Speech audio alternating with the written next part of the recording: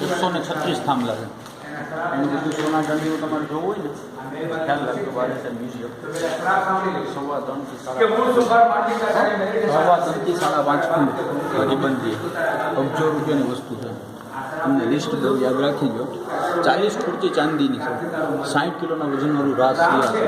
Totally રાજા રાણીના પહેરવેશ, હથિયારો, ભાલાઓ, કડિયાકામ કરવાના સાધનો સહિત સોના ચાંદીના બધું ભારત મ્યુઝિયમ ગવર્મેન્ટના કબજા બધું અહીં રખાતું. 136 થાંભલાની વચમાં ગાદી ઉપર છેલ્લો રાજા એવો આ માંડલી ગંગા જેવું તમને સમજાવ્યું ને. એને જેટલી શક્તિ હતી ને હાથ મિલાવવાથી બધા રોગ મટી જતા. નરસિંહ ભગતને કેદ કર્યા હતા એ ચોક. ખુદ ભગવાન કૃષ્ણ આવ્યા હતા ચોકમાં નરસિંહ ભગત, પણ ભગત કોઈ જાતનો શ્રાપ દીધો નહીં. પછી એની સતી નાગબાઈ ચારણની દીકરી સતાધાર. અત્યારે ગામનું નામ પડી ગયું મોણિયા. નાગબાઈનું આખું ગામ છે. ખાલી ચારણ આમ તિલક કરવા ગઈ ને રાજાએ 4 દિશા ઉપર મોં ફેરવી લીધો, ચાંદલો કરવા દીધો નહીં. કે છે રાત તું નથી ફરતો, તારો દી ફરે છે. હું નરસિંહ મહેતા નથી, ત્યાં બેઠા બેઠા કિતાર વગાડીશ, ધારીશ જીવતો સળગાવી દઈશ. પણ ખાલી એટલું કે મારું અપમાન શું કામ કર્યું. રાજાનો નિયમ હતો એ જુનાગઢથી સોમનાથ સુધી પૈસા ઉઘરાવતો. બધા માણસો રહેતા હોય ને એના, એટલે અહીંયા પૈસા કોઈ નહોતા ભર્યા એટલે અપમાન કર્યું. તો ચારણે કીધું પૈસા હાટું અપમાન કર્યું ને, જીવીશ ત્યાં સુધી મને યાદ કરીશ એવો શ્રાપ દઉં છું. ખાલી 4 શબ્દ કીધા. 4 શબ્દમાં જુનાગઢથી માંડી પ્રજા સુધી ધનોત તનોત નીકળી ગયા. 4 શબ્દ મગજમાં રાખજો કે કઈ રીતના ચારણાને કહે છે. કે છે રા તું મોસંબાડીશ માંડલી, તારી મેળી ઠેકાણે મસ્જિદ, ગામ ઠેકાણે જંગલ, ભમ તો માગીશ ભીખ, મુસ્લિમ પુકાર છે બાંગ તને ઢોલ નગારા નહીં સંભળાય. એટલું કીધું. પેલો શબ્દ મેલ ઠેકાણે મસ્જિદ, શું થઈ ગયું મસ્જિદ.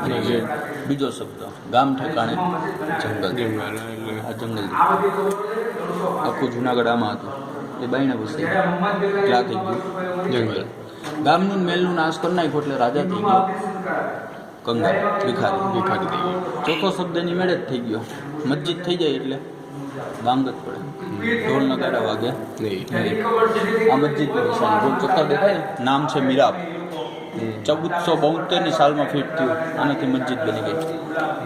ખ્યાલ રાખજો, 1472થી માંડી 1947 9મી નવેમ્બર હિન્દુસ્તાન પાકિસ્તાનના ભાગલા પડ્યા તોય જુનાગઢ આઝાદ નહીં. 3 મહિના લેટ.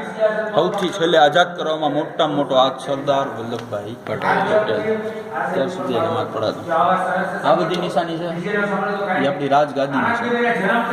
એક એક બતાવું. આવી જાય જો આ બે સાકરનું મંદિર, આ બે આપણે ઘંટડી વગાડીએ. આ બધા નાના મંદિર. બે સાઈડમાં ફૂલની માળા, કરણના ફૂલ, પીળા કલરના.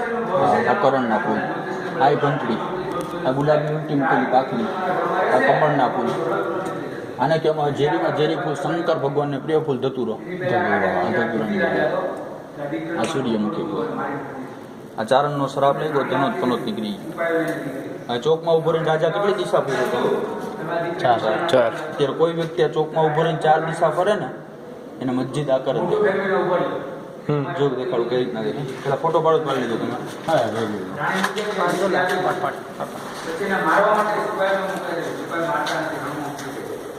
જુનાગઢની બાજુમાં ગામ છે મજેવડી. ત્યાં માણસ પોતાનું નામ હળવદ કુંભાર. જંગલોમાં પોતે માટી લઈ આવી માટલા બનાવીને વેચવા જતો. આ કુંભારને કોઈ સંતાન હતું ને, અને સંતાન કોઈ નથી માનતું. એક દિવસ તેને માટી થોડી લેતી તો લેતી બધી કરી વચમાં એ લેતી લગ્યો.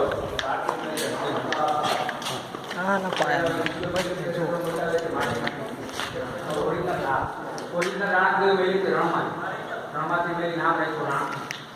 મોટી થઈ નામ પડ્યું સતી રાણદેવી. બહુ સુંદર થાય. ગુજરાત પાટણનો રાજા તો ગુજરાત જઈ છે. પાટણના સંબંધો સંતાન નહોતું. સૌરાષ્ટ્રમાં